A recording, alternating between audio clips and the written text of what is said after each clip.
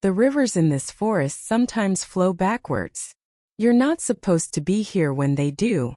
Welcome to the Wilderness Protocol. The data we collect is meant to impose order on chaos. We measure rainfall, chart water tables, analyze sediment. We assign numbers and variables to the wild, believing that if we can measure it, we can understand it. That is the core principle of my profession. And for years I believed it. I believed that nature, for all its power, was a machine governed by laws. Predictable. Knowable. Then I was assigned to Observation Post Zeta, overlooking the Serpentine River. It was there I learned that some laws are not meant to be understood, only obeyed. It was there I discovered the protocol for a phenomenon that defies all data, all reason. My name is Dr. Alistair Finch. I am a hydrologist. And this is my final report on the days the river flowed backwards. To understand what happened, you must first understand the place. Observation Post Zeta is not a cabin. It is a scientific outpost, a concrete and steel anchor bolted into the ancient rock of the Serpentine Valley. It is a monument to human arrogance, a declaration that even in the deepest heart of the wilderness, logic and measurement can prevail. From its primary observation window, a single 20-foot pane of reinforced acrylic, one can see a 10-mile stretch of the river as it carves its path through the unblemished forest. The view is breathtaking, a panorama of such raw, indifferent beauty that it can make you feel profoundly small. That feeling, I would later learn, is a survival instinct. I chose the Zeta post. I actively campaigned for it.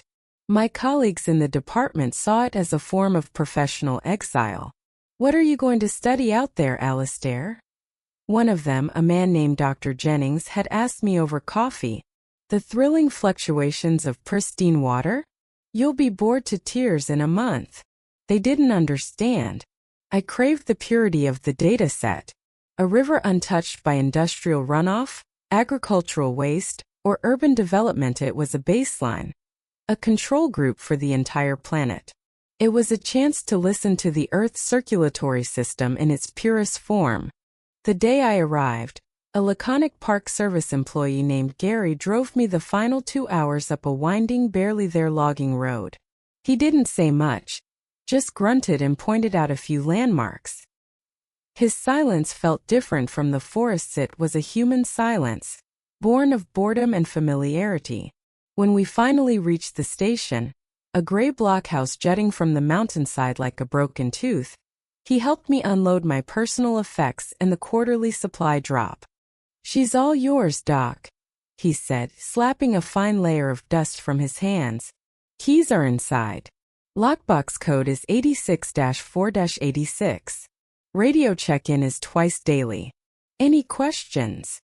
The previous researcher, Dr. Thorne, I began. The report just cited early retirement. Was he ill?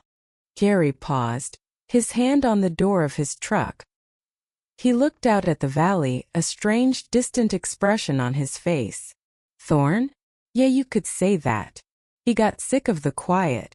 Or maybe the quiet got sick of him." He offered no further explanation, just got in his truck and drove away, leaving me in a cloud of dust and a silence so profound it seemed to have a physical weight. The station was as I'd expected. Clean, sterile, and humming with the low, constant thrum of servers and environmental control systems. I spent the first few days settling in, calibrating my equipment and establishing a routine. I felt a deep sense of peace. The humming of the machines was my companion, the endless streams of data my conversation. I was a priest in a temple of logic, and the river was my god. It was on the third night that I found the logbook. I had been looking for the previous year's sediment analysis reports, and opened what I thought was a storage drawer in the main console desk. It was locked. I remembered the code Gary had given me for the supply lockbox, and tried it on a whim. The drawer clicked open. Inside there was only one object. A thick black leather-bound journal. There was no official government label, no classification number. Just a simple embossed Zeta on the cover. I knew at once it was Thorne's. I hesitated. A man's personal journal felt like a violation to read. But the file on his departure had been so sparse, so clinical. My curiosity, the driving force of any true scientist, won out.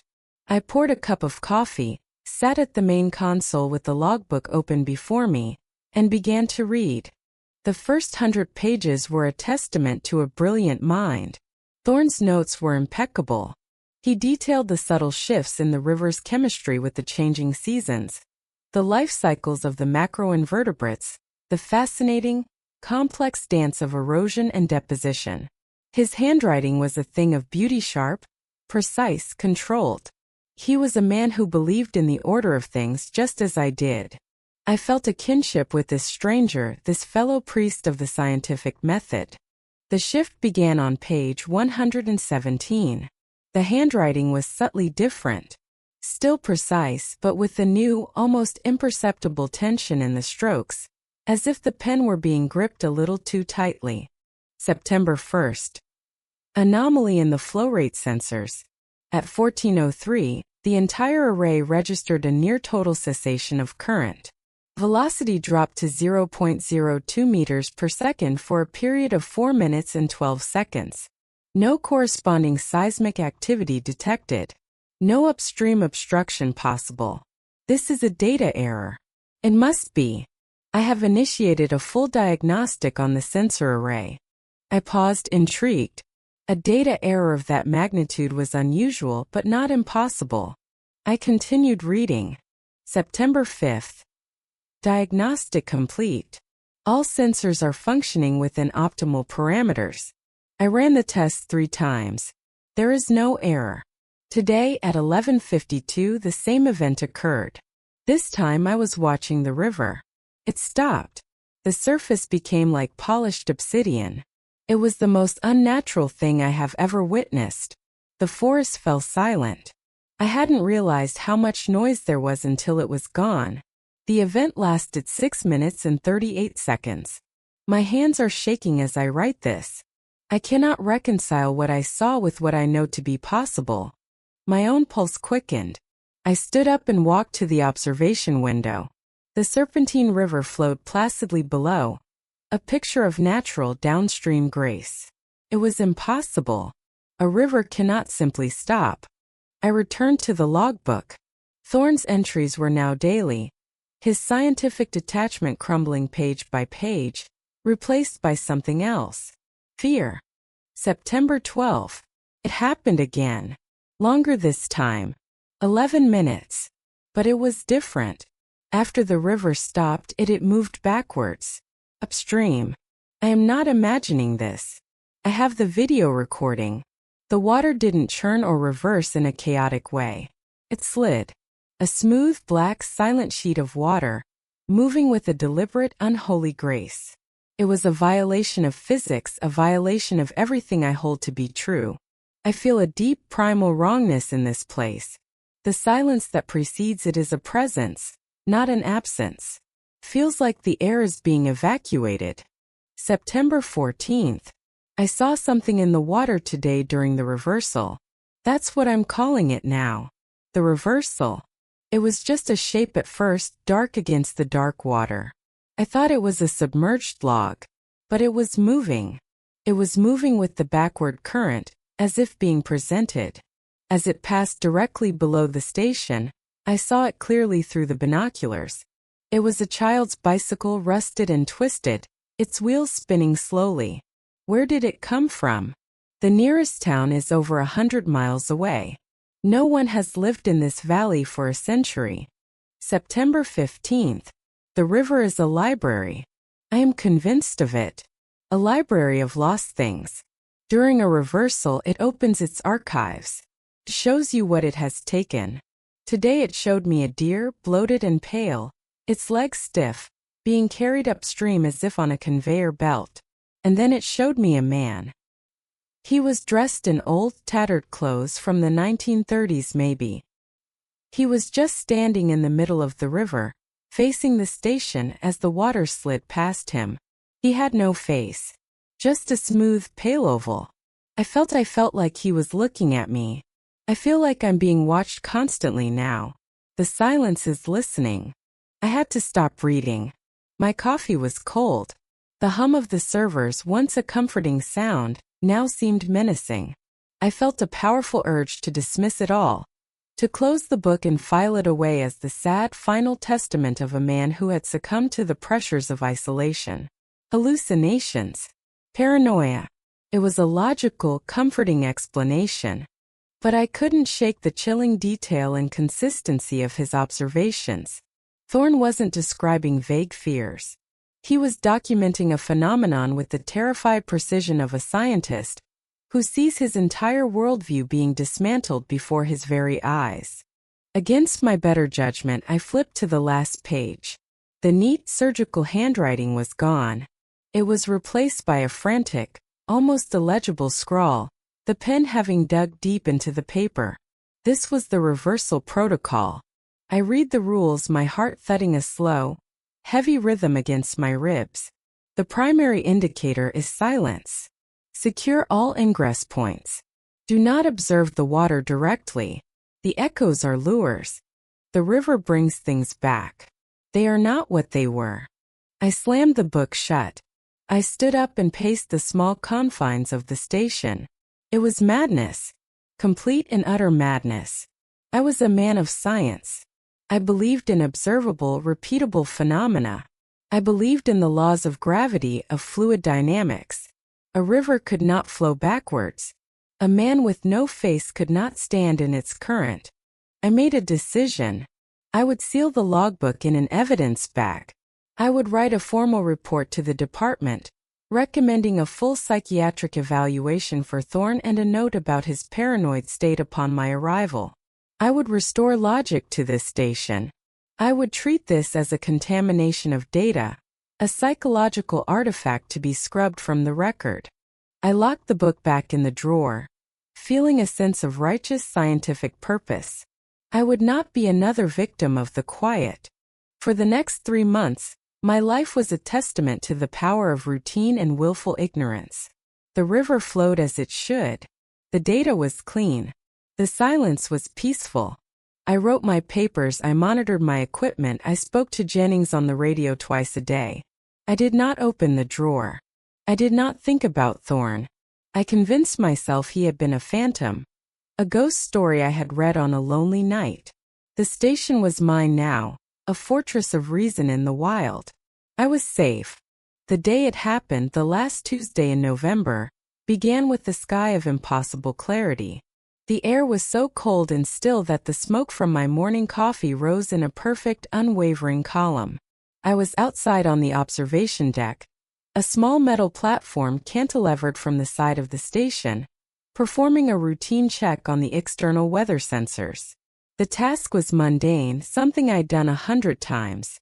I was tightening a bolt on the anemometer housing when I felt it. A change. It was not a sound or a sight. It was a feeling. A sudden total cessation of kinetic energy. The air, which had been still before, was now something else entirely. It was locked. Frozen. The faint whisper of my own breath seemed to hang in the air in front of me, refusing to dissipate. And then the silence hit. It was not the peace I had come to cherish. It was a physical blow. A crushing weight. The tiny ambient sounds I hadn't even been aware of, the distant creak of a branch, the hum of a fly, the very sound of air moving were gone. Erased. I felt a pressure build in my ears, in my skull, as if the world had become a vacuum. My tools felt heavy in my hand. I looked down at the river. It was a mirror. A perfect black flawless mirror. The reflection of the sky was so clear, so still, it felt like I could step off the platform and walk on it.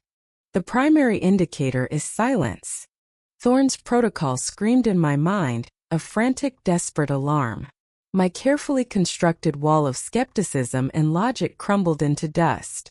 This was real. He hadn't been mad. He had been warning me. My heart seized. I turned and scrambled for the station hatch. It felt miles away. My movements seemed sluggish, clumsy, as if I were moving through water. I could feel the reversal beginning. A low, subaudible vibration started in the rock beneath my feet, traveling up through the soles of my boots, into my very bones. I fumbled with the hatch handle. It felt cold, slick with a sudden sweat from my palms. I yanked it open and half fell inside, slamming the heavy steel door behind me. I didn't just bolt it. I threw all 3 of the heavy mechanical locking bars into place. The solid thunk, thunk, thunk of them seating was a small defiant sound against the oppressive silence. I backed away from the door, my chest heaving, and turned to the main observation window. I knew the protocol. Do not observe the water directly. But I couldn't stop myself. I was a scientist. This was the phenomenon. My terror was at war with my lifelong insatiable need to know. The need to know one. I watched, mesmerized, as the black mirror of the river began to move. A single unified sheet of water, sliding silently, impossibly, upstream. It moved with a serene, horrifying purpose. The laws of nature were not just being broken. They were being calmly and deliberately ignored. And then from the dark, cold depths they began to rise. First, the objects just as Thorne had described. A rotting fence post. A sodden leather saddleback. A woman's straw hat, impossibly intact. They were the river's lost and found, being presented for inspection. I should have turned away then. I should have gone to the back of the station and counted the floor tiles until it was over. But I was transfixed. My scientific soul was chained to that window. Then came the animals. A great horned owl, its feathers matted and dark, perched on a branch that wasn't there. Its dead, glassy eyes staring forward as it was carried backwards by the current. Then a mountain lion, its body strangely elongated, its movements fluid in a way that was wrong for a solid creature. They were like corrupted data, flawed reproductions of life. I grabbed the high-powered binoculars from their mount, my hands shaking so badly it took me a moment to focus them. I scanned the water, past the dead menagerie, looking for I didn't know what. And then I found it. A human shape. It was a man, standing waist-deep in the center of the river. He was wearing the simple dark clothing of a 19th-century farmer. His back was to me. He was holding something in his hands, staring down at it. As the current slid past him, he slowly lifted his head and turned. His face was a blur. A smudge of pale features that wouldn't resolve, no matter how much I tried to focus the binoculars. But I could see what he was holding. It was a small golden locket. He held it up as if showing it to me, to the station, to the sky. Then he opened it. Even from that distance I could see what was inside. There was no picture. Just 2 perfect, polished, empty ovals of gold. He looked up again, his blurred face seeming to fix on my window. And then he smiled. It was not a smile of joy or warmth. It was a smile of immense, ancient sadness. A smile that said, "This is all that is left of me. Look at what the river has made me." I dropped the binoculars. They hit the floor with a muffled thud. I stumbled back from the window, a cry catching in my throat. I finally understood. The echoes weren't monsters. They weren't lures in the way a predator uses bait. They were warnings. They were the ghosts of those who had not understood the protocol, those who had been caught by the river, and were now forced to be its messengers, its exhibits. They were showing me my own potential fate. The reversal continued. I didn't dare look again. I sat on the floor in the center of the station, my back to the window, and I listened to the silence. It was no longer empty. It was full of the sorrow of the faceless man, the stillness of the dead owl, the weight of 100 years of lost things being dragged back into the light. The silence was the sound of a law being broken. And I, in my temple of science, was an insignificant, terrified heretic. I finally knew what Thorne knew. That the most terrifying thing in the universe isn't chaos. It's an order you don't understand. After that first reversal, the station was no longer a sanctuary. It was a cage. A safe cage, perhaps, but a cage nonetheless. The serene hum of the servers now sounded like a nervous whisper. the panoramic window a constant, mocking invitation to witness a world that had come undone. I began to understand Dr. Thorne. I began to understand the frantic edge in his handwriting. His madness had not been a product of isolation. It had been a product of clarity. The winter months descended upon the valley, burying the world in a thick blanket of snow and silence. The reversals continued, sporadic and unpredictable. I developed a new hypervigilant routine. I never left the immediate vicinity of the station without a radio and a wind gauge. The silence became my alarm bell. The moment it fell, I would retreat, secure the hatch, and turn my back to the great window. I would sit at my console and try to lose myself in data that I now knew was, at times, utterly meaningless. The river was not just a system of water. It was a consciousness, an entity with moods and intentions that defied my sensors. I followed Thorne's protocol religiously. I never observed the water directly again, but I could feel the echoes. When the river flowed backwards, a palpable cold would seep through the concrete walls of the station. A deep melancholic pressure would build in the room, a weight of countless waterlogged sorrows. It felt like standing in a graveyard during a funeral, except the graveyard was the river, and the funeral was for the laws of physics themselves. I spent my nights poring over Thorne's logbook, no longer with scientific skepticism, but with the desperate focus of a student studying a sacred, terrifying text. His later entries were filled with theories, each more fantastic than the last. November 5th. I believe the reversal is a form of memory. The river is not just water. It is a medium. It records everything that is lost within it. When it flows backwards, it is replaying its recordings. The echoes are not ghosts in the traditional sense. They are data points, fragments of memory given a temporary, horrifying form. But what is the power source for such a phenomenon? The energy readings are off the charts, but they have no identifiable origin. November 21st. I made a mistake today. During a reversal, one of the echoes, a small child, appeared to be waving at the station window. I instinctively raised a hand in response before I caught myself. For the rest of the event, I felt a focused attention. The cold in the room intensified. It felt personal. Rule 4 is not a suggestion. They are lures. They feed on interaction, on the energy of our recognition. They are lonely. That last line chilled me to the bone. They are lonely. It reframed the horror.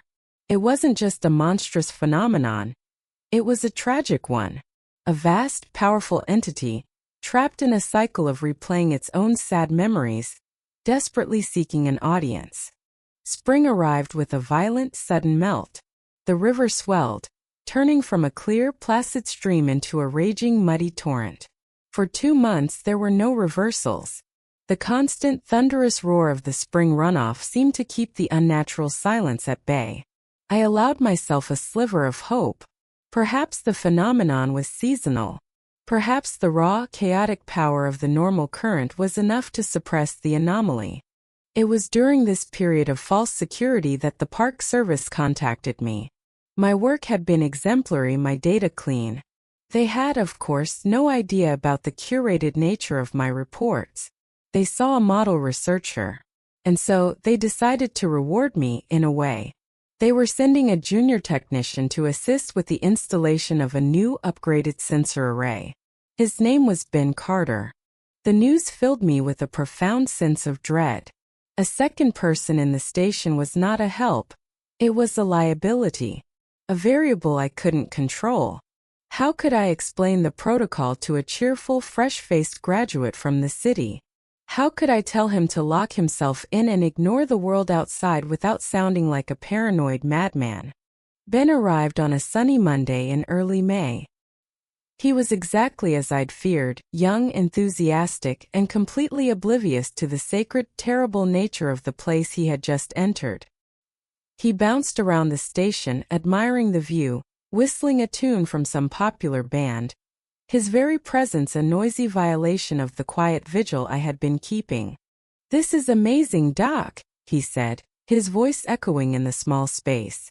You get this view all day? Man, I'd kill for a gig like this. So much peace and quiet. I felt a ghost of Thorne's despair. The quiet has its own challenges, I said, the understatement feeling heavy and dishonest. I tried to subtly prepare him. I emphasized the importance of monitoring the weather, the dangers of the unstable terrain, the absolute necessity of staying within radio contact if he ever left the station. I treated him like a child, hoping my overprotective warnings would be enough to keep him close. He was here for 3 days. For the first 2, everything was fine. The river roared. The wind blew. We worked on the new sensor installations, and his cheerful chatter, while grating, was a welcome distraction from the low-level anxiety that had become my constant companion. I began to relax. The odds of a reversal, especially with the river running so high, were incredibly low. On the morning of the 3rd day, the day he was scheduled to leave, the river was still high, but the roar had subsided. We had finished our work ahead of schedule. "Hey, Doc," Ben said, wiping his hands on a rag. "I've got about 2 hours before Gary picks me up. Mind if I take a quick hike? I want to get some photos down by the riverbank. My girlfriend will never believe a place like this is real." Every alarm bell in my head went off. "The bank is unstable, Ben," I said, my voice coming out harsher than I intended. "The ground is still saturated from the melt. It's not safe." He waved a dismissive hand. "I'll be careful. I'm just going to go down the main path, maybe a half-mile. I won't go far. I'll have my radio. What's the worst that could happen?" I couldn't tell him. I couldn't say the river might start flowing backwards and its dead memories will try to drag you in. So I just said, "Stay on the path. And be back in 1 hour. Not a minute more." "That's an order." He gave me a mock salute. "Yes, sir, Dr. Finch, sir." He grabbed his phone, which he used as a camera, and jogged down the path, a picture of youthful ignorance. I stood on the observation deck and watched him go, a knot of pure dread tightening in my gut. I felt like I had just let a lamb wander into a wolf's den. I went back inside and glued my eyes to the monitors. Wind speed, 8 miles per hour steady. Barometric pressure, stable. River flow, normal. Everything was fine. An hour passed. Ben did not return. I raised the radio to my mouth. "Zeta to Carter. Come in, Ben. What's your status?" Only static answered. A cold, empty hiss. "Zeta to Carter, do you copy?" More static. I tried again and again, my calls swallowed by the indifference of the airwaves. I fought down a rising panic. He could have slipped, twisted an ankle, fallen. He could be lying just off the path, injured, waiting for me. I was about to radio the main ranger station to declare a code SR when I saw it. On the anemometer monitor, the wind speed reading, which had been a steady 8 miles per hour, began to drop. 86.54. It wasn't a natural tapering off. It was a rapid linear decline. 210.5. 0.0. A single stark number on the screen. And with it, the world outside my window fell silent. The deep guttural roar of the spring river, a sound that had been my constant companion for weeks, was gone. Erased. The silence crashed down upon the station. It was back. The reversal was starting. And Ben was down there. He was at the water's edge. In that moment, I was no longer Dr. Alastair Finch, the detached observer. I was the only person who knew the truth, the only person who could possibly save that foolish, whistling kid from a fate worse than drowning. The protocol demanded I lock the door. My conscience screamed for me to run. I did not hesitate. The conscience won. I grabbed the emergency pack, a heavy-duty bag containing flares, a medical kit, and climbing rope. I left the station hatch unlocked, a flagrant violation of the first rule of safety, and sprinted down the path, my boots pounding against the suddenly silent earth. "Ben!" I roared, my voice sounding impossibly loud. "Ben, get away from the river." I burst through the tree line and saw him. He was standing on a large, flat slab of granite that jutted out into the river, his back to me. He was staring at the water, transfixed. It had gone perfectly, terrifyingly still. "Ben!" I shouted again. He turned, a look of profound, childlike wonder on his face. "Doc, look," he breathed. It had stopped. "We have to go," I screamed, running onto the rock and grabbing his arm. "There is no time. We have to get to high ground. Now." His wonder turned to confusion. "What are you talking about?" And then the reversal began. The water began to slide, a black, silent carpet moving upstream. Ben gasped, stumbling backward. This is impossible." "Run!" I yelled, pulling him off the rock and back towards the steep, wooded hillside. "Don't look back at the water. Just climb." He was finally spurred into action by the sheer, primal wrongness of the sight. He scrambled after me, his city shoes slipping on the loose dirt and pine needles. We clawed our way up the embankment, pulling ourselves up by roots and branches. We didn't stop until we found a small crevice in a rock face, about 50 feet above the path, a small defensible position screened by a thick growth of ferns. We crouched inside, panting, peering down at the unfolding nightmare. The river was a parade of sorrows. The echoes were rising. This time they were different. The high water seemed to have brought back newer, more tragic memories. I saw a kayak split in two. A modern hiking pack, its straps waving like tentacles. Then came the figures. They were more numerous than I had ever seen before. A dozen of them, maybe more, emerged from the water. They were clearer this time, their forms less blurred. I saw a man in a bright yellow rain slicker, a woman in jogging clothes. Their faces were still indistinct, but their shapes were contemporary. They were recent. And they were all looking in our direction. They hadn't seen us. They were drawn to the life, to the warmth, to the sound I had made when I shouted for Ben. We were a beacon of life in their cold, silent world. "What are they?" Ben whimpered beside me, his body trembling violently.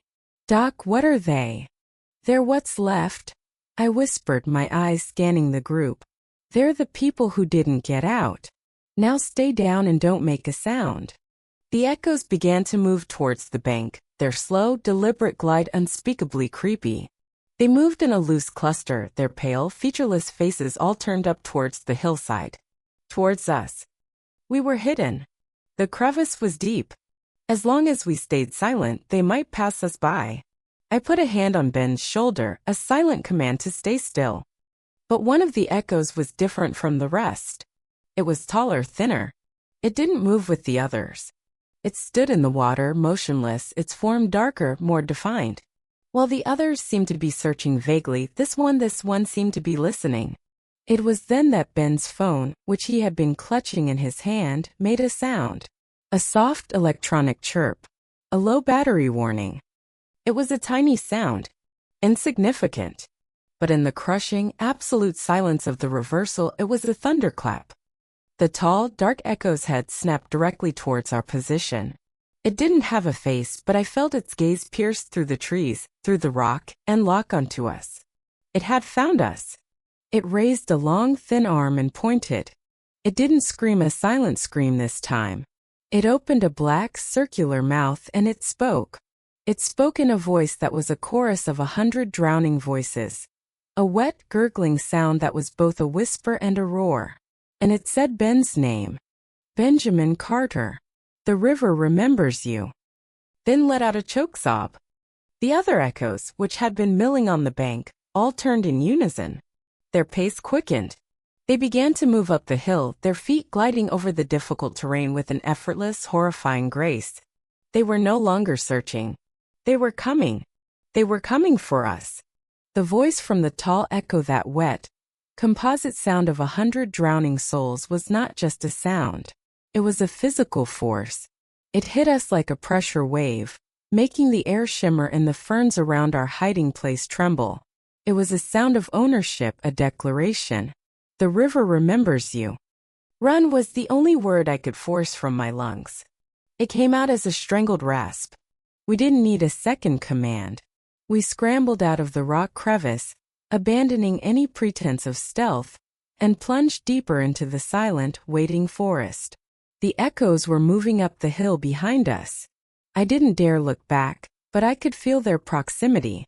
It was a palpable coldness, a creeping dampness that seemed to cling to the back of my neck, a silent, inexorable pursuit. "Where are we going?" Ben yelled, his voice cracking with terror as he crashed through a thicket of thorns. "Away from the river," I shouted back. "Up. We have to stay on high ground." But the forest, which had once been a neutral, if imposing entity, now felt actively hostile.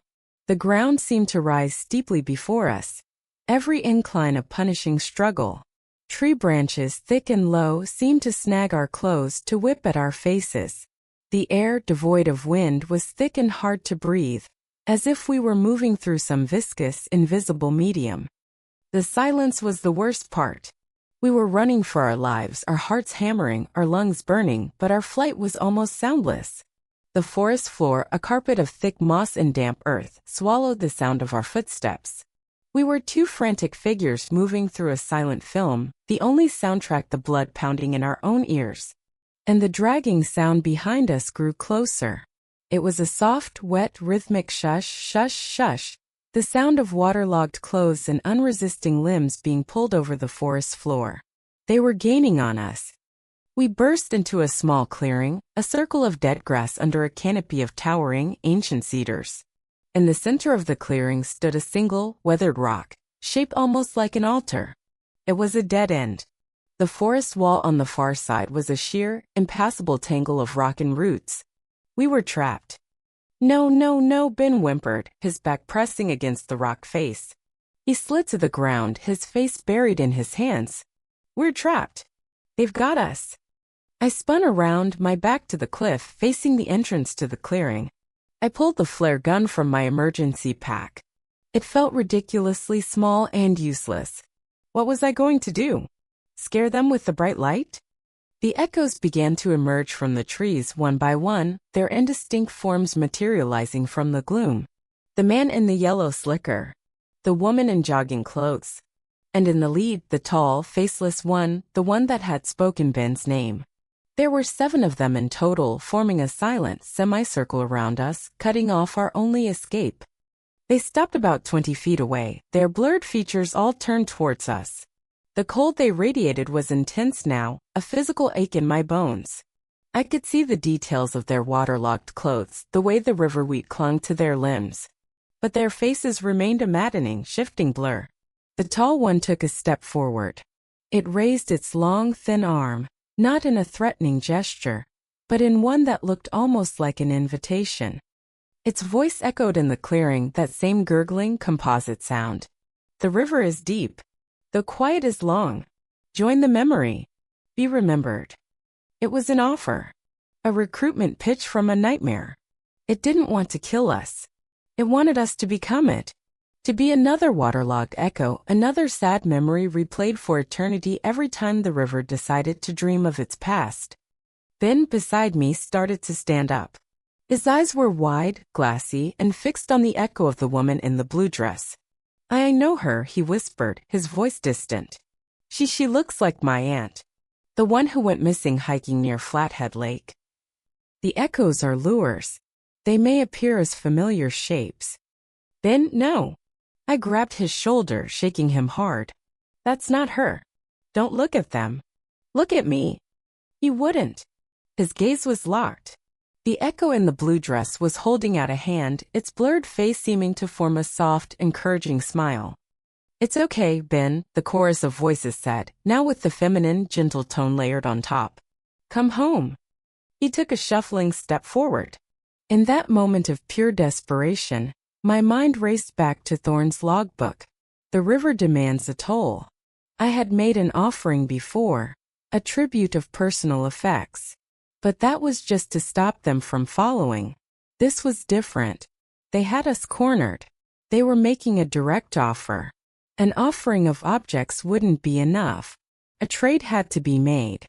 A balance had to be restored. It wasn't a scientific thought.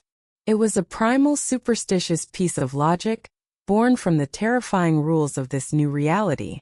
The river had been violated by our living presence during its sacred, silent ritual. We had broken the protocol. Price had to be paid. I looked at the flare gun in my hand. One round. A bright, burning, defiant piece of life. It was a tool of rescue, a symbol of hope. It was the antithesis of everything the echoes represented. And I looked at my own hand. The hand of a scientist, a man who measured the world in quantifiable data. The hand that had written reports, calibrated sensors, and held coffee cups. A living, breathing, warm hand. An idea, cold and terrible and yet possessed of a strange crystalline logic, formed in my mind. The river took things. It remembered them. An offering couldn't just be an object. It had to be a memory. Piece of a life. A sacrifice. Ben, I said, my voice low and steady, trying to cut through his trance. When I do this, you run. You run back the way we came. Don't stop. Don't look back. Do you understand? He didn't seem to hear me. He was still shuffling towards the echoes. There was no more time. I pointed the flare gun, not at the echoes, but straight up into the thick canopy of the cedar trees. I turned my head away, closed my eyes, and pulled the trigger. The whoosh and crack of the flare was a violent, profane intrusion into the silence. A brilliant, crimson light ignited the clearing, painting the scene in hellish shades of red and black. The echoes recoiled. They hissed, a sound like steam escaping a cracked pipe. The light, the heat, the sudden, violent noise, it was anathema to their cold, silent world. In that moment of distraction, I acted. I pulled the heavy, serrated survival knife from my pack. I took a deep, shuddering breath. And with a cry that was half scream, half prayer, I drove the point of the blade into my own left hand, pinning it to the soft, mossy earth at the base of the altar-like rock. The pain was a white-hot, blinding nova. It was excruciating, but it was real. It was the sound of life, of blood, of nerves screaming. It was the opposite of the silent, cold touch of the echoes. Here! I roared at the recoiling figures, the pain giving my voice a strength I didn't know I possessed. Is this what you want? A toll? A memory? Take it. Take this. And leave him alone. I ripped the knife free. Blood, dark and shockingly real, welled from the wound, steaming in the cold air, dripping onto the ancient moss. The echoes stopped recoiling. They turned their collective gaze from the fading flare to me. To my hand. To my blood. The tall, faceless one glided forward. It knelt before me, not in reverence but in appraisal.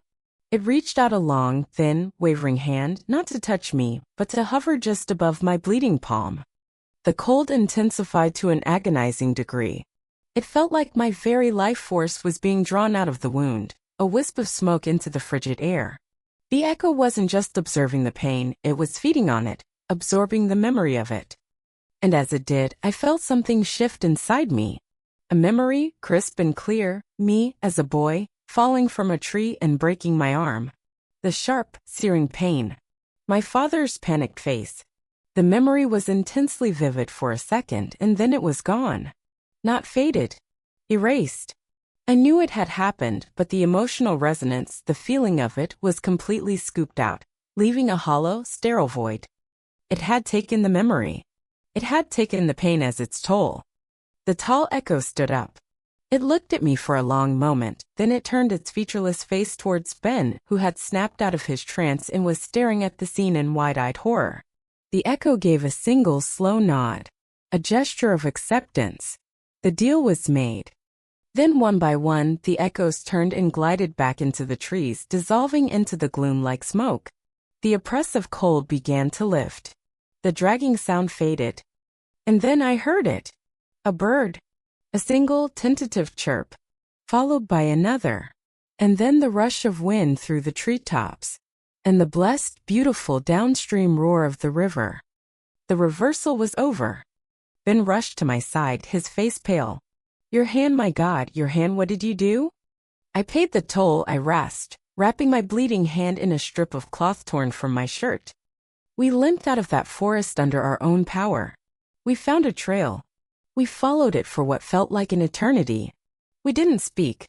There were no words for what we had witnessed. The official report states that I was injured during a fall while searching for Mr. Carter, and that he suffered from severe exposure and temporary delusion. It is a clean, simple, and complete fabrication. I left the Zeta Post a month later. I couldn't stay. The silence of the valley was no longer peaceful. It was a waiting silence. The river felt like a conscious entity, and I felt like I had signed a contract with it, written in my own blood. My hand healed, but the scar remains, a pale, permanent reminder of the price I paid. And the memory of breaking my arm as a boy, it's still gone. It's a blank spot in my history, a sterile fact without a feeling attached. Sometimes I wonder what else it took. What other small pains, what other forgotten sorrows did I offer up on that mossy altar to appease the cold, lonely heart of the river? The protocol has been updated now, based on my report. It has the new final rule, a rule of last resort. It speaks of tribute, of sacrifice, of paying the toll. Because we learned something that day. We learned that you cannot fight the river. You cannot reason with it. All you can do is give it a piece of yourself and pray it is enough to buy your passage back to the world where the water only flows one way. Thank you for reviewing this report from the Wilderness Protocol. The laws of nature are not as immutable as we believe. In some places, they are merely suggestions, and the water remembers a time when they did not apply at all. If you wish to be granted clearance for further case files, please consider liking this video and subscribing to our channel. Every record we preserve is a warning for those who might wander off the path. Until next time, stay on high ground and listen for the silence.